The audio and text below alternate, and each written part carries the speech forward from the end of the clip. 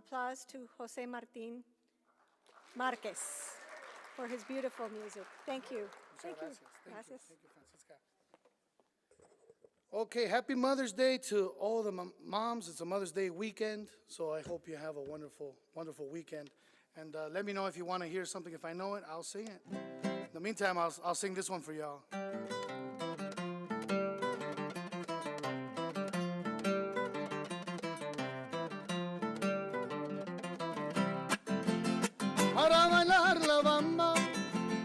Para bailar la bamba se necesita una poca de gracia y otra cosita y arriba, ahí arriba y arriba y arriba iré, por ti seré, bamba, bamba, bamba, bamba, bamba, bamba. Bam, bam, bam. Yo no soy marinero, soy capitán. Bamba, bamba, bamba, bamba, bamba, bamba.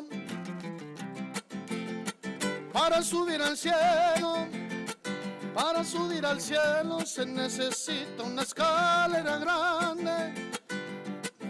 grande y otra chiquita y arriba, ahí arriba y arriba y arriba iré, por ti seré, bamba, bamba, bamba, bamba, bamba, bamba, bamba, bamba.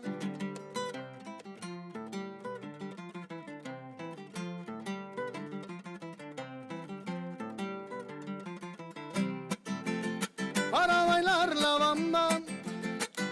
bailar la bamba se necesita una poca de gracia y otra cosita y arriba, ahí arriba y arriba y arriba iré, por ti seré, bamba, bamba, bamba, bamba, bamba, bamba. Bamba, bamba, bamba.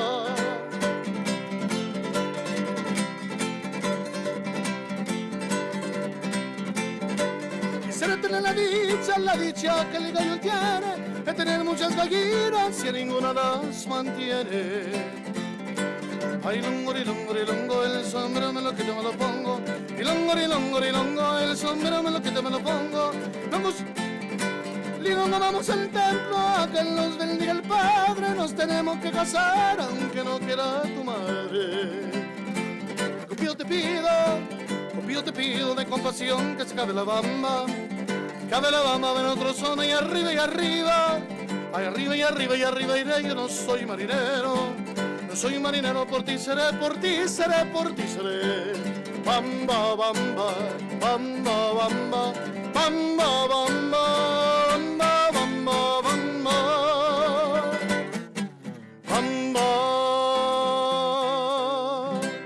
Thank you.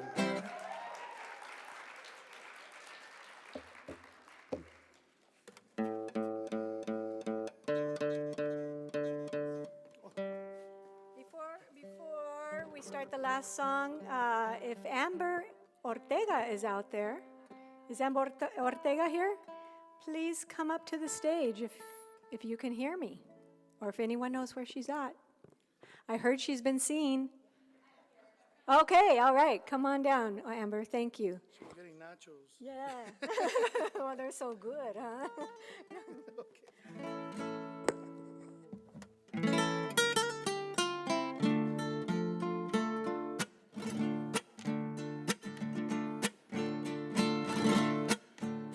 Qué bonitos ojos tienes debajo de esas dos cejas,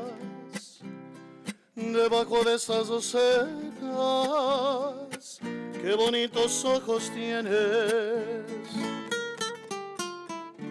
Ellos me quieren mirar, pero si tú no los dejas,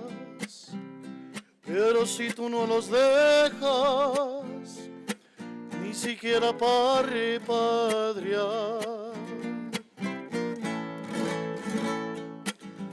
Malagueña,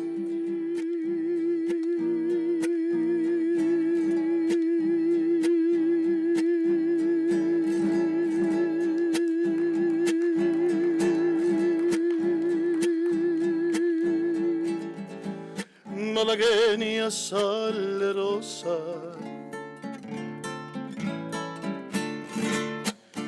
besar tus labios quisiera,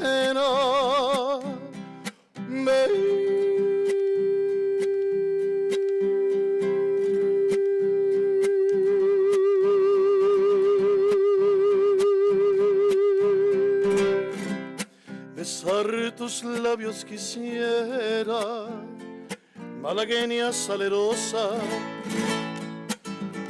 y decirte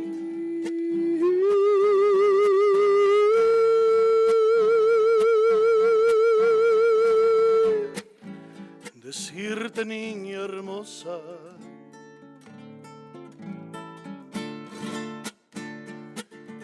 que eres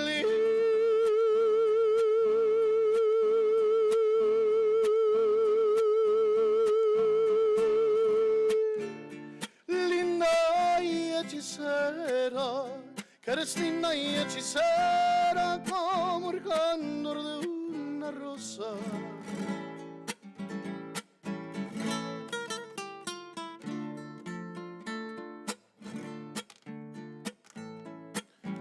Si por pobre me desprecias, yo te concedo razón, yo te concedo razón.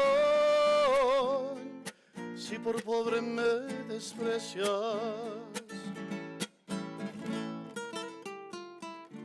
yo no te ofrezco riquezas, te ofrezco mi corazón, te ofrezco mi corazón a cambio de mis pobrezas. Malagueña,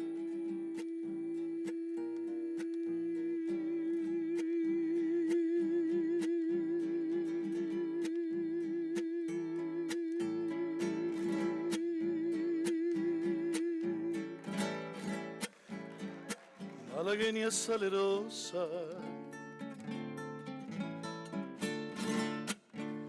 besar tus labios quisiera,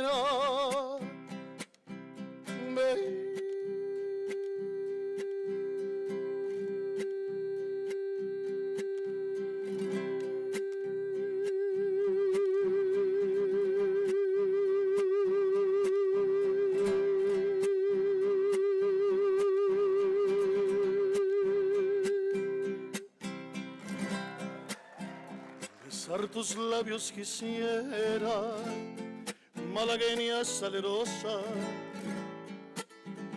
y decirte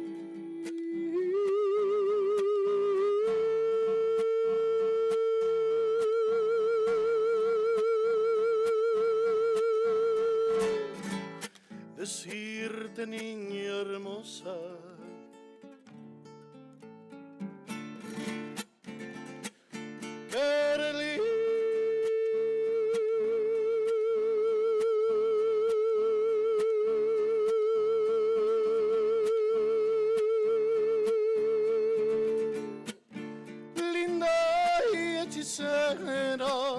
que eres linda y hechicera como el candor de una rosa.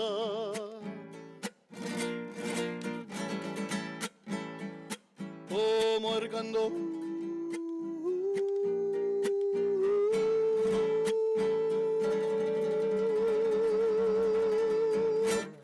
de una rosa.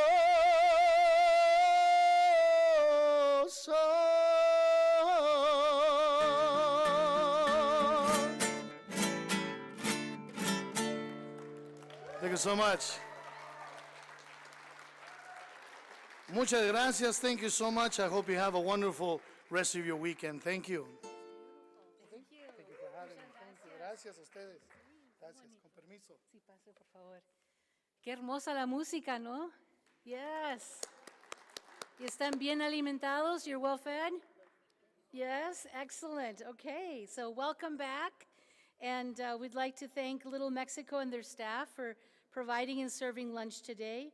And of course, thank you also to our talented performers, Jose Martin Marquez and the Songhai drummers. So now, yes, let's give them a thank you. Yeah, we're ready to go. We now turn to our second panel of speakers, and they will get us thinking about our relationships to the earth and to each other by presenting their own work and examples of acting locally with regard to the land, labor, and the climate. So I'm going to share with you who our panelists are and a little description of each, and they will soon be coming out and taking a seat at the table. Hint, hint. So our first panelist is joining us remotely, and that is Dr. Fushcia-Ann Hoover, and she is an interdisciplinary researcher specializing in social ecological urban systems. She employs a range of approaches, perspectives that include environmental justice, green infrastructure performance, and urban planning, evaluating the impacts of green infrastructure planning in the context of racism, justice, and placemaking. Dr. Hoover is currently a fellow at the HarvardRadcliffe Institute in Boston, Massachusetts. So welcome, Dr. Hoover. Next we have, yes, Stephen Valencia. Stephen, are you here? Yes, please join us at the table. So Stephen moved to Tucson in 1971. He is an executive board member of the United Steelworkers Union, Local 6912, and participated in the 3-year historic copper strike against Phelps Dodge.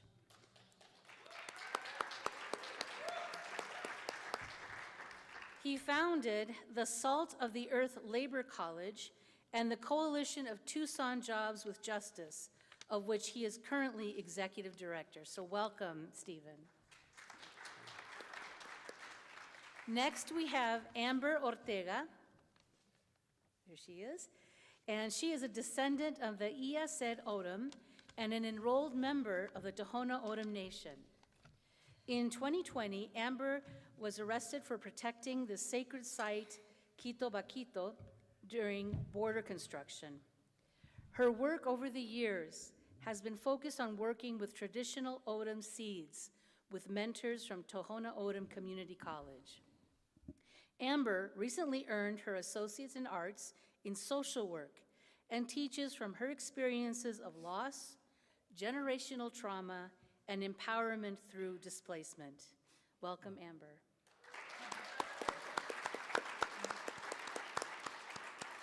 And our final finalist is Blake Gentry. Blake, there you are. Blake advocates, researches, and writes about Indigenous peoples' rights in migration, climate change, community health, and Indigenous languages.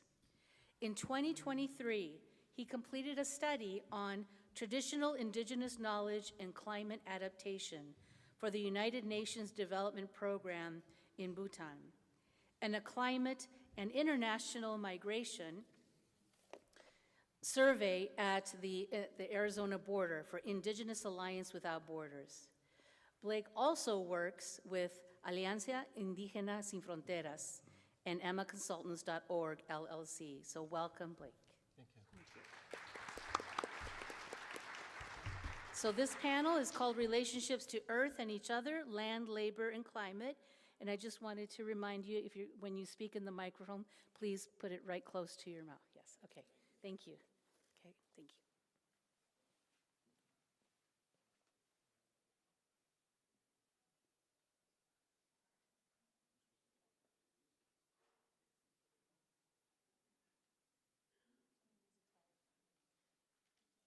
Am I going first? Okay. Okay. Just wanted to make sure. All right. Let me just share my screen.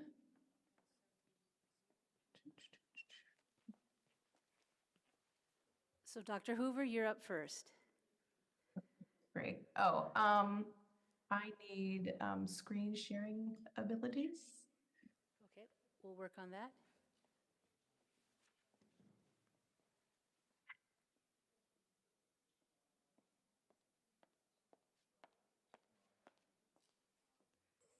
Hi, Dr. Hoover. It's Francisca. How are you? Hi. They're working on the screen share right now. Do you think, yeah, hold on. Let me see if it would be better to start with you or someone else. But hold on.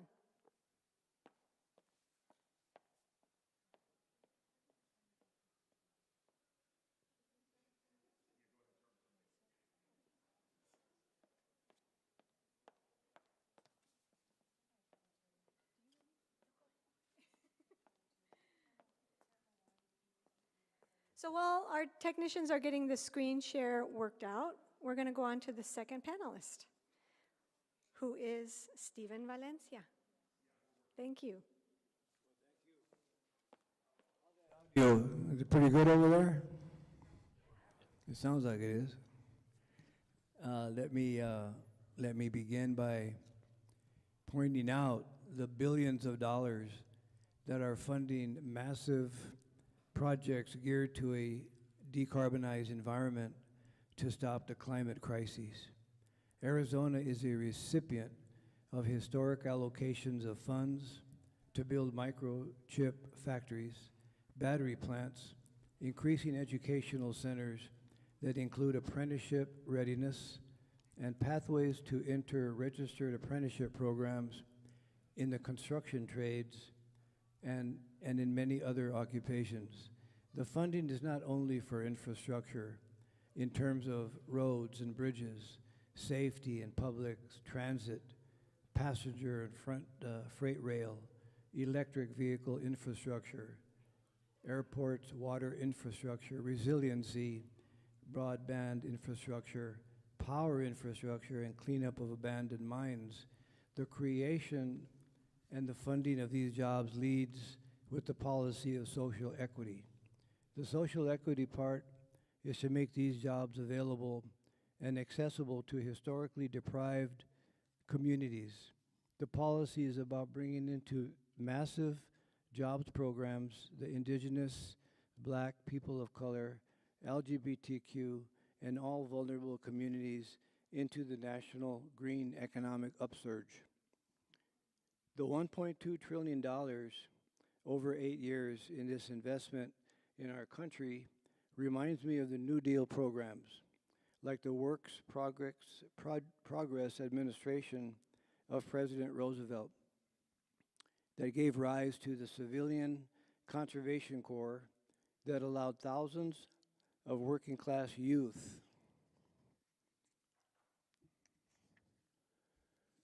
to learn basic trades of construction, and they got paid by while doing it. The Civilian Conservation Corps was not only to build needed infrastructure in our nation, but it was also to build people and allow opportunities to learn trades and be a skilled worker. The increase of the power of labor is captured in this moment of massive jobs programs and the conscious and deliberate inclusion and accessibility of BIPOC, LGBTQ, and all vulnerable communities. The increase in the power of labor is manifested quite obviously in the United Auto Workers and their determined stand-up strike against the Big Three and their very recent union contract at the Volkswagen Chattanooga plant in East Tennessee. But it is also recognized in the efforts of the Starbucks workers, who just won a seat at the negotiating table for a union contract. This labor power is called collective bargaining. It is bargaining with the boss to gain wages, benefits, security, pensions, succession clauses, health and safety protections. But there is an expanded concept of collective bargaining that includes using labor power to help the community. A union, for example, can use their labor power to negotiate separate housing funds to defray the huge cost of shelter for union members and their families. The trade unions are the most organized sector of the working class, and that's why the bosses and big corporations are always looking to attack them. Union membership is low in Arizona, but we recognize that it was this intention of the 1947 Right to Work for Less law that was passed. The law doesn't prohibit union organizing, but it makes it much more difficult to sustain. Our labor history reminds us that we need a vibrant and continued effort to increase our labor power through our unions and the strategic support of the broad community. Even though the road has been difficult, we still see minimum wage ordinances passed in our fair city with enforcement mechanisms, prevailing wage guarantees for work within the metropolitan area of Tucson, tributes to labor leaders as Cesar Chavez and Dolores Huerta, a progressive labor liaison in the mayor's office, a promising engagement with the Arizona Building and Construction Trades Council, and now we have the bipartisan infrastructure law, the Inflation Reduction Act, and the CHIPS and Science Act that are massive jobs programs with social equity, strong labor enforcement, and the protection of immigrants as workers.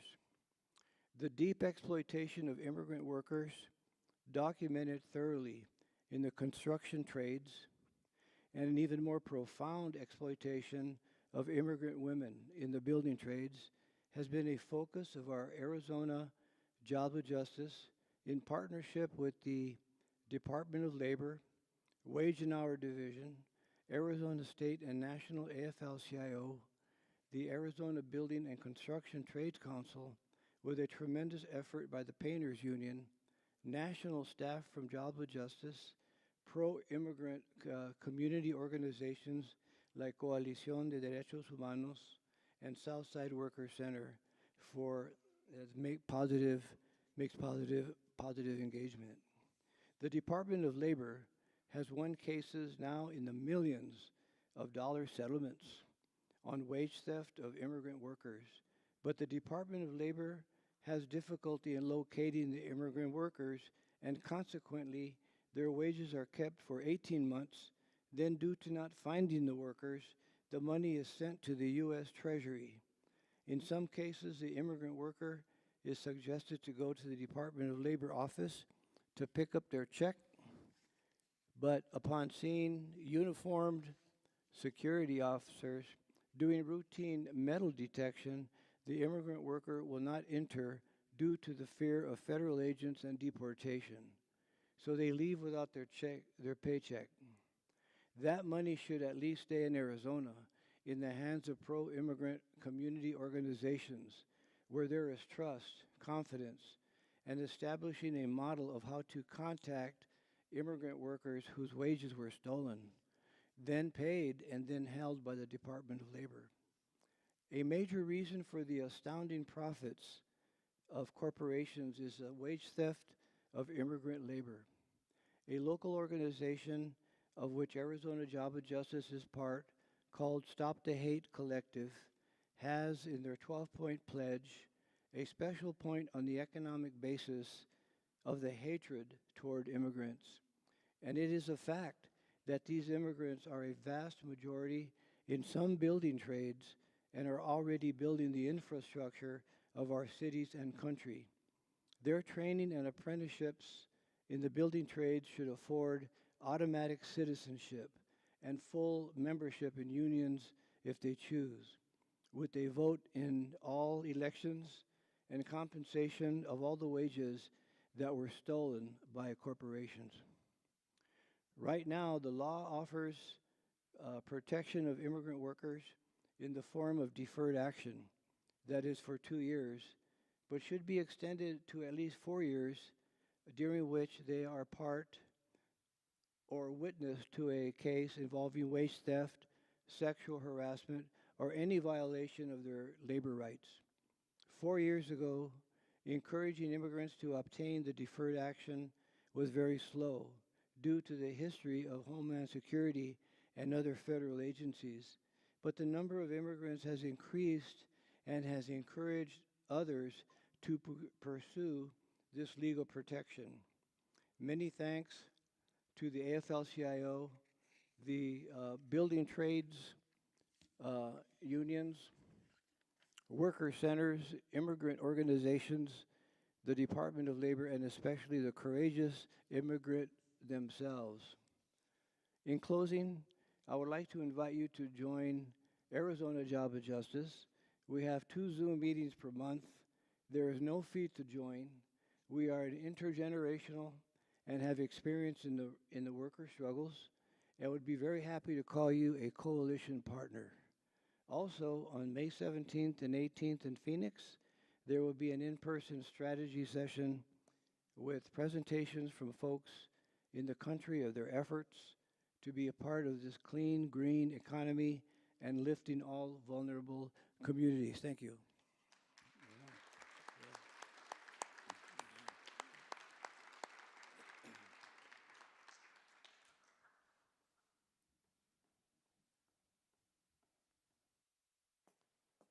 We think we might have the share screen issue resolved, so we're going to give it a try.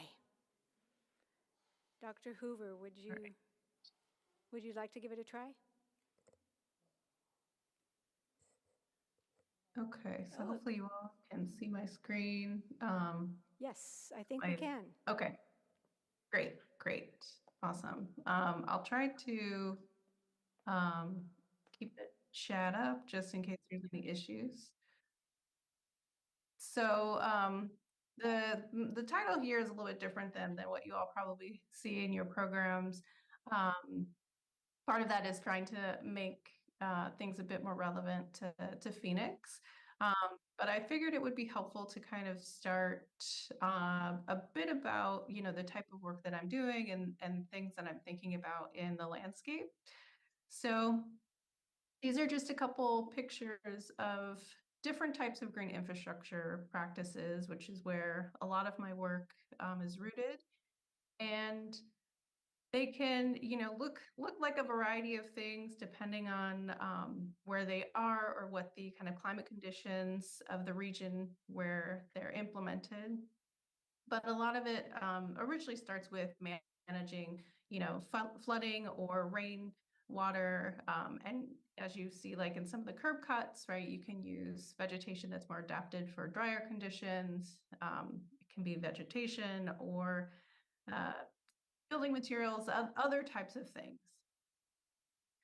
And one of the kind of aspects that I'm really interested in, particularly with cities, is the relationship and interaction between things like the practices that you just saw and something called like uneven geographies and environmental justice. And so this is an unfamiliar term. It essentially is just describing the differences between how amenities or services, other types of resources are distributed across the landscape. And part of that also does go into, who is making those decisions, the planners, the engineers, or policymakers that are, approving comprehensive plans or other policies. And so, alongside of this, I'm also really interested in thinking about the types of actions that are taken by either the city or individuals or communities in order to, prevent future harm or increase the relational value of community members and residents to their physical environment, the natural environment, both in and outside of urban spaces. And so this is the kind of working definition of justice that I also use in my work and thinking about how well are these practices being implemented or integrated into the landscape. And a lot of this is really important. I'm trained as an engineer. I'm in a geography department where I'm technically the, environmental planner. And this image here from a paper that came out in 2020 is really illustrative of why these things are so connected, right? And I know that many of you in the room and on the panel also know these things already. But sometimes they're difficult to see in different types of spaces, right? But this really demonstrates how our understandings of different biases or how structural racism comes to shape the landscapes that we live in and can even impact the actual like ecological biodiversity that we see, whether you're in a rural or agricultural space or urban space. And we see this in different types of studies over and over again. So we see this looking at the study was examining tree canopy cover and the percentage of cover across cities in the United States that mirrored and kind of aligned with former Holt grades. And the Holt grading system was what gives us this terminology of redlining. So housing segregation, racial segregation based on, if you were Black or Jewish or even immigrant to this country, the places that you were not just allowed to live, but the access to home equity loans that you were given. And so the red is the neighborhoods that were given a D, and it goes, up from D to A color. And you can see that pattern where, the historical grade of D corresponds to lower canopy cover overall. And this also has impacts in terms of tree adoption programs and different types of efforts that have been implemented in cities since then to try and remediate some of these things. But we can also see it even in things like air quality. So this is a study that was looking at PM 2.5, which is one of the most common metrics used to assess for air quality. So the higher the percentage, the lower the air quality. And we can see again, right, that for communities that are Hispanic and Black, and below the poverty line, there's higher exposures that they are experiencing. The other interesting thing about the study was they were also looking at the producers of air pollution, right, and found the converse to be true. So folks that are in these groups of higher exposure are also the least likely to produce the particulate matter coming from different industries or technologies.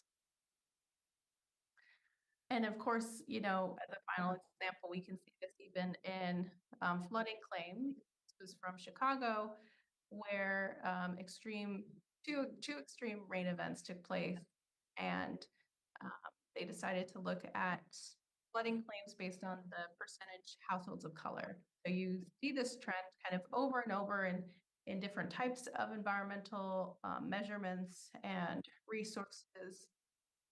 And importantly, you also see it, with green space overall. So it doesn't even have to be a material used for flooding. It can be, as that one study pointed out, right, something as simple as trees. And these are just a couple examples from cities. But even if we think about, Phoenix and the greater Phoenix area, we can think about and know what like the yards look like if you're walking through Tempe, for example, versus if you're in the South Mountain community area, right? So both the kind of resource or amenity that is green space, lawn space or other types of vegetation, but also the location and proximity of different types of industries.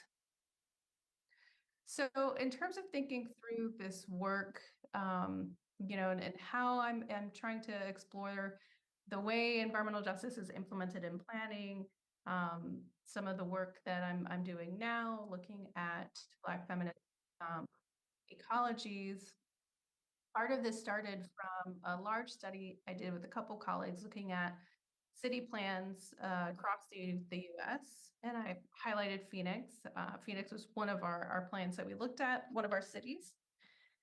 And so, we were really interested in how cities were thinking about green infrastructure, how they were thinking about environmental justice, and in what ways there was alignment or disalignment between, the rationale for these practices and the actual criteria used to locate these things in the landscape.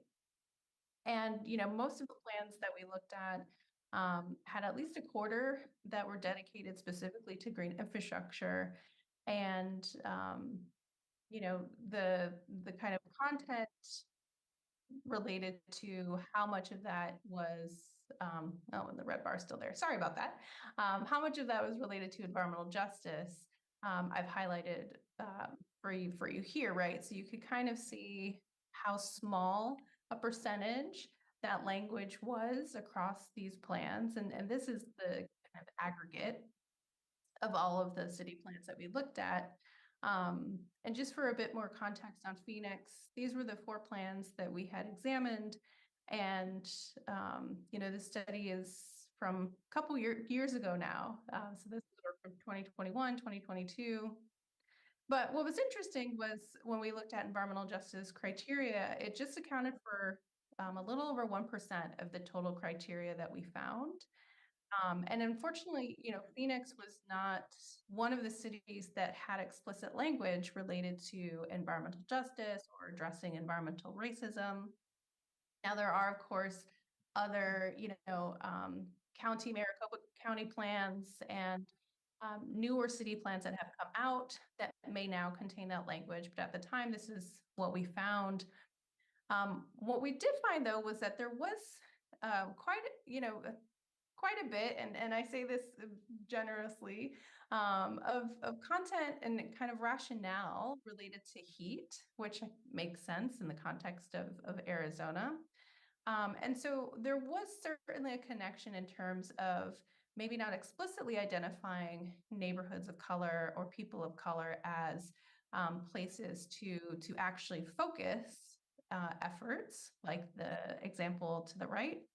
But identifying areas where, there may be reduced canopy coverage or trying to build other types of restorative habitats that could, in theory, provide benefits to the communities where there may be lacking habitats or components of that landscape. And so really when we think then about kind of the policies that may go alongside this, one of the things that I did want to highlight was a recent plan that came out last year looking at kind of an update to plan evaluation specifically for heat resilience. And so you'll see from this, from the plans that they looked at in this study, there three out of the 4 plans did contain quite a bit of public participation, which I think is one of the things that's probably the most rare in all of this.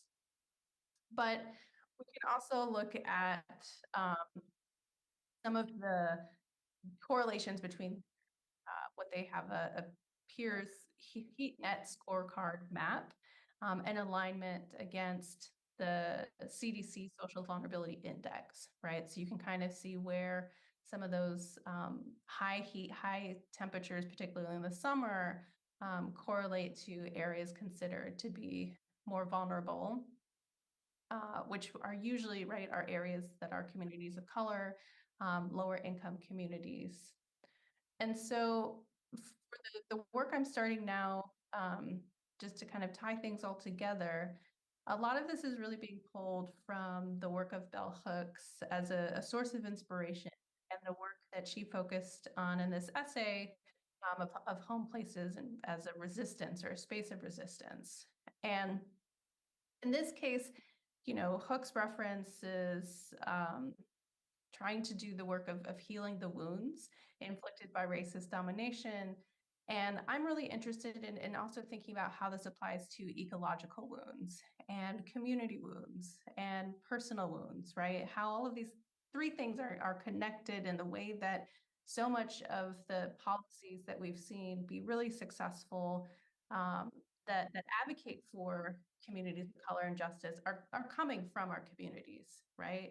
And that we really have the tools and are already doing the organizing or the planning that in many ways, I think my work is trying to elevate and move into a more, formalized process so that both the people who are already doing the work can be highlighted, and that hopefully the plans themselves and the implementation of those plans can actually be more just, opposed to kind of what we're seeing now, where there's a lot of interest or rationale or motivation, but not as much on the kind of actual implementation side.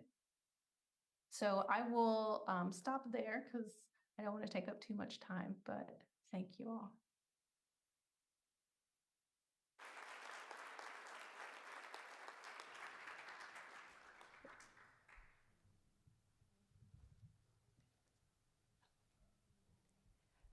Okay, so I'm really excited for this.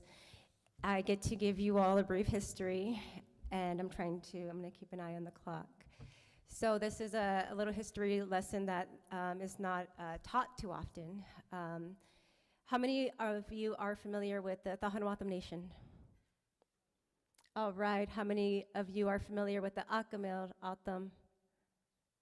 Okay, how many are you familiar with Tohono?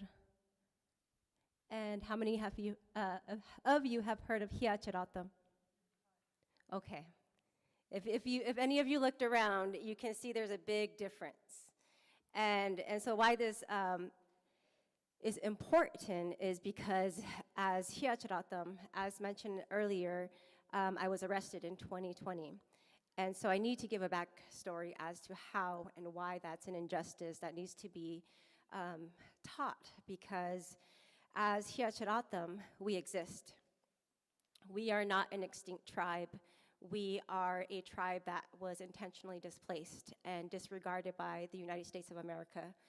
And the reason this is important is because our displacement resulted in the Organ Pipe National Monuments establishment, including the Berry Goldwater bombing range that is currently being used for practice and has been used since the creation of this bombing range, and also the Phelps Dodge Corporation and the Cabeza Prieta Wildlife Refuge. So why this is important is because we are aware of the Gadsden Purchase, the purchase of this area. And the reason this is important is because there was a large effort. There's the Spanish conquistador, and then there's the United States of America's effort to force and assimilate Native American tribes. And what they did specifically here in Arizona with Fushcia-Ann was first of all, they went and they researched our communities, they researched our people, they documented specifically Fushcia-Ann, knowing Fushcia-Ann are separate than Tohono O'Odham, Fushcia-Ann are separate than O'Odham, Fushcia-Ann are not the same as O'Odham. And what they did was they, in 1976, paid $26 million to the Tohono O'Odham Nation. And so at that time, the Tohono O'Odham Nation was established. And so the people of Arizona are believed, that nations are being established, right? Nation and nation. So where the Fushcia-Ann reside historically is between the Tohono O'Odham Nation and west of Yuma. So in Yuma, there's the Fushcia-Ann Nation and the Kokopah. So we had, as Fushcia-Ann, a land base between Yuma and between what people are aware of as the Tohono O'Odham Nation. And so what the government did was they excluded Fushcia-Ann. They would arrest Fushcia-Ann for harvesting. They were wrongfully convicting Fushcia-Ann. They were intentionally accusing families of crimes they were not committing. They were taking family members to a Yuma prison and leaving them for years. And there's epidemics our people also faced. And so the reason I feel like this is really important is because, again, our lands are currently under the care of Organ Pipe National Monument. And our lands extend from the American side, what's considered the American side, into the Mexico side. And why this is such a huge injustice for our people is because Quito Paquito, also known as A'arabapia, is a Hiacharatam sacred site. And it exists along the Mexico border, the US-Mexico border. And what made this such a drastic injustice for our people was our elders for generations fought with the United States of America to prove that we were here as a people present. And then for 50 years, the Hiacharatam fought for recognition with the Tohono O'Odham nation because we knew we were not an extinct tribe. And in 2013, we were given a district, and that meant we had a say at the seat with other O'odham. And that district was dismantled within 2 years. And a lot of us generations, this younger generation, we believe that it was another effort to keep our people disempowered, to keep our people out of, what we feel needs to be done with our lands. And, I just need to give this example of the Barry Goldwater bombing range. So for generations now, it's surrounded by sacred sites that are sacred to Hiacharatam. And, before this war broke out, there was reports. There's been reports for years of there being mosque-like structures out in our tribal lands built by the government where they bomb and we're preparing for this current war. And the reason this is also important is because as Hiacharatam, as O'odham, as Tohono O'odham, as Native Americans in the United States of America, we believe that yes, not only are our traditional ways targeted, but our lands are used as scientific experiments and research projects. And this is also very important to understand is because Quito Paquito is home to endangered species. Quito Paquito is home to an immense amount of medicinal plants. Quito Paquito, A'arabapia was Hiacharatam's classroom. It was where we learned about each plant. It's where we connected, it's where we prayed. It's also home to a traditional burial site it defines us as to who we are because our burials are different than the Tohono O'odham. And, okay, I need to wrap this up. I put on here decolonizing the legume because this is so important. What displacement did, what the Western diet did, was it took us from our traditional harvest, our traditional plants, planting legumes. If you know anything about legumes, beans, they are nitrogen fixers, which means, and so this is also why we need all the trees. And if you're aware of Oak Flat, please look it up. Please stick up for Oak Flat because we're also facing a drought. What they did during border wall construction and what they want to do with mining operations, we're well aware of the immense amount of water that's required. During border wall construction, the reason this was important was there was an estimate of 110,000 gallons of water per day being pumped from the ground. We're already in a dry, desolate area. Our plants are already, under an immense amount of stress, and our people.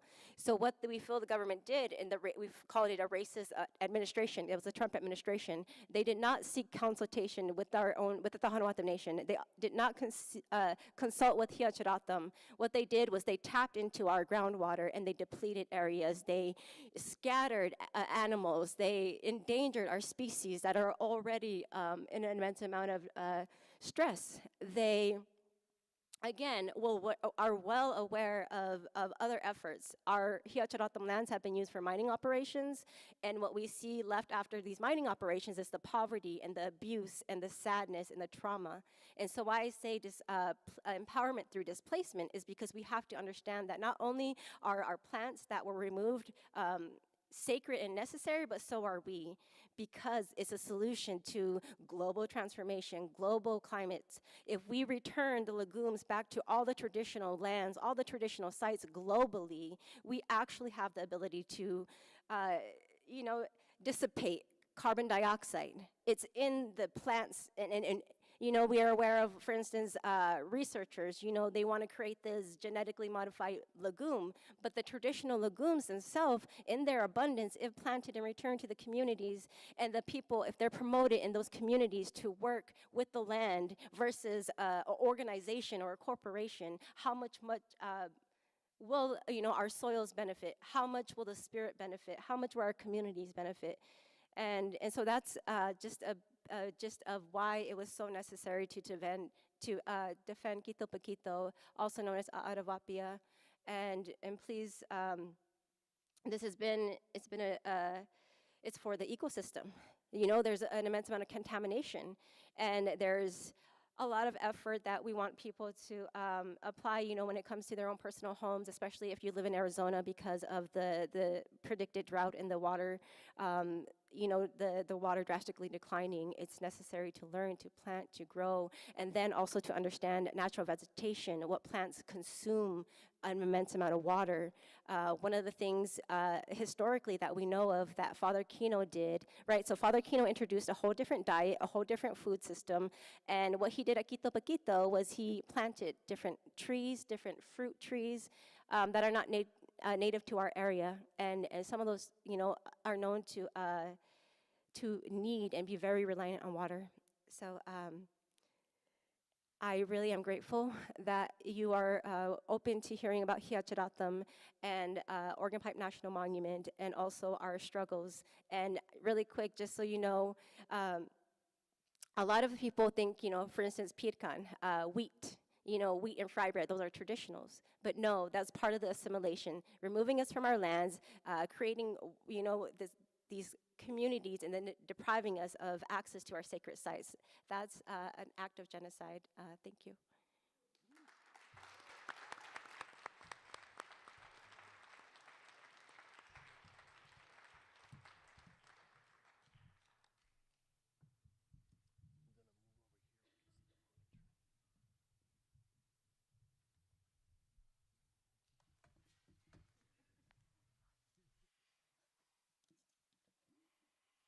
Thank you, Amber.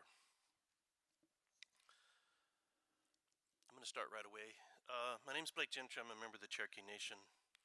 And the presentation today is called Violent Underpinnings of Climate Change Migration. You might wonder about that title. If you would like an alternative title, it might be Regional Free Trade and Migration and How We Got Here. So I really thank the college, Francisca, and all of those who put this summit together, the panelists earlier, and Steve and Amber now with me at this table. And what I want to say is that free trade and migration is the purpose of this talk, but there's some climate data that you will see later on through interviews that were done in October of last year at the Elita shelter. So our focus is on the regional economic model known as the free trade model put together by neoliberal states covering Guatemala, Honduras, Salvador, Mexico, the US, and Canada. And this quote above you see on this slide suggests that individual effort under the right circumstances determined by national governments can free up workers to improve their human well-being. To see how that's worked out, we're first going to focus on the part defined there as strong private property rights. But to think about what this means, we must recognize first how neoliberalism actually came into being. Yesterday I was told that I'm not just nearsighted but farsighted, so I consider myself an elder now. So I'm going to take this opportunity to give a little history and then bring it into the current. So where did neoliberalism start? In the Americas it started in Chile. It actually was at the birth of the overthrow of a democratically elected government and put in a dictatorship in order to launch the neoliberal economic model. So the idea that neoliberalism is going to create democracy is actually, in fact, the opposite. It teaches us an ideology that David Harvey states is necessary to guarantee markets even if they do not exist. That's the job of the state, and to use force if necessary in order to enforce those markets. You'll see in this slide a bit of meandering here. It's an attempt to try to encapsulate some of the landmarks of neoliberalism that would affect us. The current governing economic policy that continues to run in Central America and Mexico, was originally recast in the 1990s and the 2000s with the passage of the North America Free Trade Agreement in 94 and the Central America Free Trade Agreement in 2005, known as NAFTA and CAFTA. And yes, there was a reform of NAFTA, but it's basically the same thing. And this produced violent results before its decline under President Trump in 2018, and then Biden's continuation in 2021 of a rejection of the free trade idea. This violent birth in the Americas didn't just stop with Chile, though. It was also the case for its launch in Mexico and then in Central America. If we recall, in the case of CAFTA, CAFTA followed the assistance of the United States' direct and indirect support of the civil war in Guatemala from 1952, when there was a coup d'etat, and up to 1995 during the ceasefire when I entered that country, which ended in over 600 massacres, mostly of indigenous peoples in Guatemala. Note the red dots on the slide, the part on the left, that map. In Mexico, after the EZLN rebelled against NAFTA, the Mexican government then disregarded the San Andres Accords, negotiated directly with the EZLN, and abandoned the principle of collectively held indigenous lands, private property. This slide shows you one of the promises of neoliberalism, and that is that more capital distributed more equally around the world is going to lift all boats. There was a president named Clinton who used to talk like that. And that all of the region was going to be transformed by outside investment. Here you see that Latin America is supposedly favored in this schema. It's the green line, but if you dig out into the details, you would find out, like I did, in 2022, FDI dropped off from Central America by about 12%. This slide shows us legal migration to the United States in different regions of the world, and you see that the biggest region there, if you put the North/Central America and the Mexico part of that together with Central America, it is the largest region sending legal workers to the United States. And then if you look at this slide here, you'll see on the left a preponderance of people coming still to the United States over the past 3 years, and the graph on the right, which Pew Research got wrong, says that it's not Central Americans and Mexicans who are the majority of the people coming, but that data ended in December of last year, and 2 months ago, the Biden administration got rid of temporary protective status for Venezuelans. So back again, it's Mexicans and Central Americans who are the majority of people migrating to this country, and they have been for the last 25 years. This slide shows us a very long trajectory of migration. You'll see both the proportional amount of migration on the bottom line, and then the purple line goes up, and you'll see that exponentially, interestingly, 1994, you start to see immigration go way up after NAFTA was passed, and then you see some years later, by 2018, being the populist that he is, Trump was talking about the rights of workers, and he started the one who, in the sanction regimes against the free trade coming out of China. There's some logic to that, and then again, we see how this relationship is between migration and policies.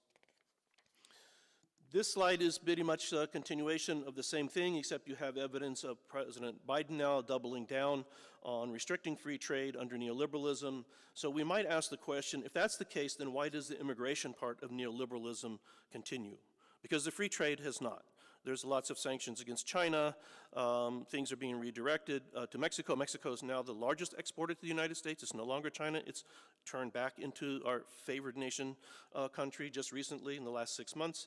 So what does this mean? Well, for one, trade agreements facilitated some national economic sectors to lock in monopolies for production, thus empowering the elites of those countries and U.S. corporations to be economically dominant. On the U.S. side, agricultural and service sectors, including construction sector, like Steve was mentioning, want displaced and undocumented migrants as a guarantee of supply of cheap labor. What began as a displacement of agricultural workers in NAFTA and CAFTA countries ends up in a permanent dispossession of the private property of entire families. Here you're going to see some graphs quickly. I don't want to bore you with, they may not be that visible. The graph on the left shows poverty levels in Honduras, Guatemala, Salvador, and all the countries in Latin America. The one on the right, the stacked bars on the left of that graph basically say that the level in Mexico from 2010 to 2022 is still at 36%. So 12 years later, there's been no change in the poverty levels in Mexico despite the promises of free trade. Here we see again, under COVID, there's this inflationary aspect that happens. Everybody knows about this around the world. But what happens in Latin America is they don't rebound from the COVID inflation. The COVID inflation has continued. You see here Guatemala, Mexico, Salvador, Honduras, etc. And Guatemala, Honduras, Mexico, and El Salvador are within the top 10 of those affected in Latin America by the inflation because of COVID, which deteriorates their ability to eat. Here we have a slide that tells us that Afro descendants and indigenous peoples make up 67% of all poverty in Latin America. That's the case for the region that we're targeting. Here we see that one of the violent underpinnings of all of that poverty ends up being stunted. If you've never seen stunted children, excuse me, like I have in the shelter at Alitas here in Tucson, it's shocking and it's violent. And Guatemala is the king of stunted children in Latin America. It's so bad that in Guatemala in 2014 they stopped publishing poverty statistics. You can't find them. The other violent underpinning is the lack of governance in these countries. If you are threatened by a local gang, you can't go to the police because the police are bought off by cartel, and cartel makes deals with the governments, and the governments end up being narco states. This isn't just a few sectors, this is systemic in these countries. So we have produced through this trade agreements governance which is weak and which doesn't protect people and allows them to be victimized by violence. And a third underpinning, which is quite violent, is what happens here at the border. We know that the MPP and Title 42 policies produced by the Trump administration and carried out by the Biden administration produce more deaths. What you probably don't know, that is in Pima County, those deaths, when you compare the two 4-year periods, increased by 31%, and on the Tohono O'Odham Nation, they increased by 66.7%. Third underpinning of free trade agreements, the forced migration of people into Arizona. This is a map of the same thing. What happened in the border when people were not allowed in, Mexicans and Central Americans, specifically under COVID policies, Title 42, is that the cartels there don't really engage in random violence. What they engage in is violence for profit. And this research that we did in the Indigenous Languages Office, using data from another organization, shows that 85% of violent acts were for the purpose of extracting profit, and profit they extracted.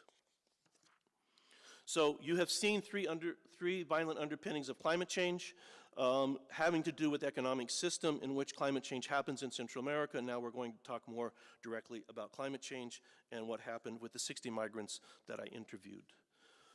What I learned was that 59% of them were between the ages of 18 and 29, 53% were female, most were from Guatemala, there was an overrepresentation of indigenous, most of them were farmers, 65%, worked on their family farms, 65% were farmers, but others worked part-time or seasonally in agriculture, so we're up to 68% of the people that I interviewed said that they made their livelihoods through farming. 76% derive their income, 3/4 of their income from farming. And when I asked them why they migrated, if they migrated because their livelihoods had been ruined because of climate change, 50% said yes. Nevertheless, I asked them, are there any other reasons why you came to the United States? And they also answered as well. I think I got this out of order. No, okay. And when I asked them about climate changes, they were very able to report to me climate changes. You can see all the different types of climate changes that they talked about, but we can make this a little bit simpler with this analysis, and you can see that abnormal rains were 37% of what they reported. When you put in winds, which were usually associated with those rains, you get about 59% of those climate changes that they were able to tell me about, and then abnormal heat. Now, the abnormal heat is what climate scientists are focusing on, interestingly, in Central America. That makes up the area which is not very well defined, called the dry corridor. What does this mean in terms of impacts? The impacts that they talked about were to the basic foodstuffs that they use to serve to keep their families fed, and that's corn destroyed for 64% of them, and coffee, if you combine rust and destroyed plants, you get 37%. By the way, these are commercial crops down there, cotton and palm oil. Those are what's exported to the United States. Here we see other crops destroyed. Notice beans, 32% still, that's a crop that you eat, mostly not sell. And then here are fruit trees. At the bottom, we have bananas and plantains, and then we got green bananas, we got mangoes and oranges. Less losses of percentage, 12%, 6.5 to 8%. All of these reported to me by migrants I met in the shelter.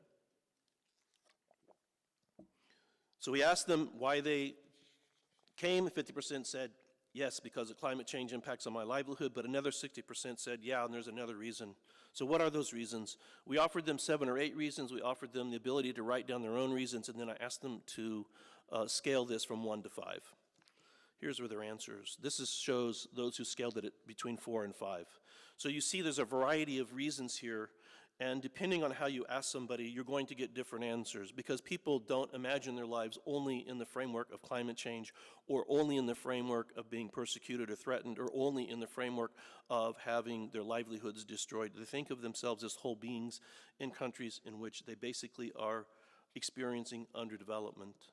So that's the fourth violent underpinning of climate change, is that many of them are being forced out of the areas because the climate change is not being adapted by these countries' governments. Our own government said that we've dedicated $1.4 billion so that people don't have to migrate. I really don't see that happening yet. It seems like we're paying a lot of attention to 2 other wars, but the constant problem that was produced by this economic model since its implementation continues, even though the principle of free trade has been thrown overboard on a bipartisan basis. So we have 4 violent underpinnings of climate change, and I would end by saying what we don't have is a treaty that allows people to migrate because of climate change.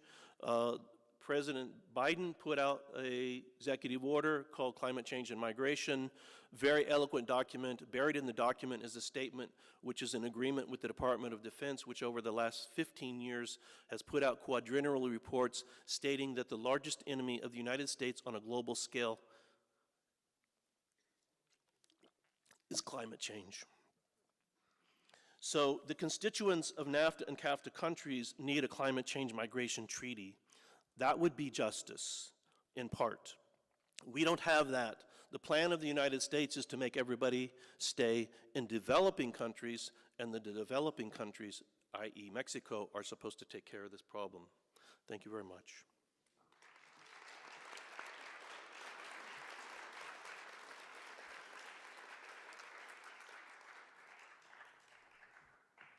Thank you so much to our speakers for their passion and their work. Let's give them another round of applause. And we also have some bottles for you. Thank you.